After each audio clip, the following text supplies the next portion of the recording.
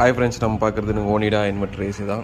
அதாவது என்ன கம்ப்ளைண்ட் சொல்லியிருக்காங்கன்னா, அவுட்டோரில் வந்து பல்லி உக்காந்துச்சு. அதனால் பார்த்தீங்கன்னா கம்ப்ரஸர் ஓடி ஒரு 2 செகண்ட்லேயே பார்த்தீங்கன்னா ட்ரிப்பர் எல்லாமே சேர்த்து ஆஃப் ஆகிடுதுன்னு சொல்லியிருந்தாங்க.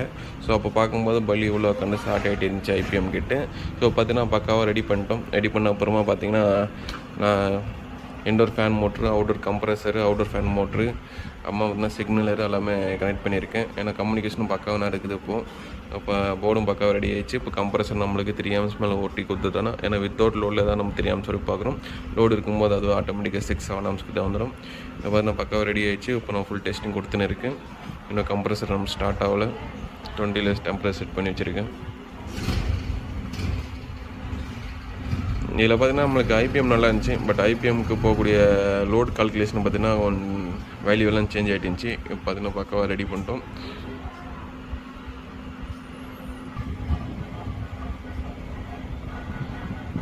ஃபைனலாக கம்ப்ரஸரும் ஸ்டார்ட் ஆகிடுச்சு.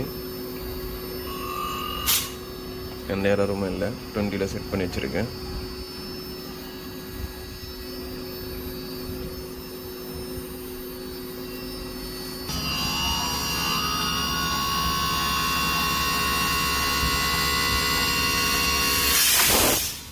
பார்த்தீங்கன்னா 3 amps சரி நான் ரன் பண்ணி பார்த்தேன். எதுவும் நம்மளுக்கு கட் ஆஃப் ஆகலை. ஈவன் பண்ணால் பக்காவாகிடுச்சு. ஸோ எதுவும் ட்ரிப்பும் ஆகலை. எதுவுமே அப்படியே கொடுத்துட்டு எர்த்திங் மட்டும் கொடுத்துருங்க. வேறு எந்த பிரச்சனையும் இல்லை. Thank you bro.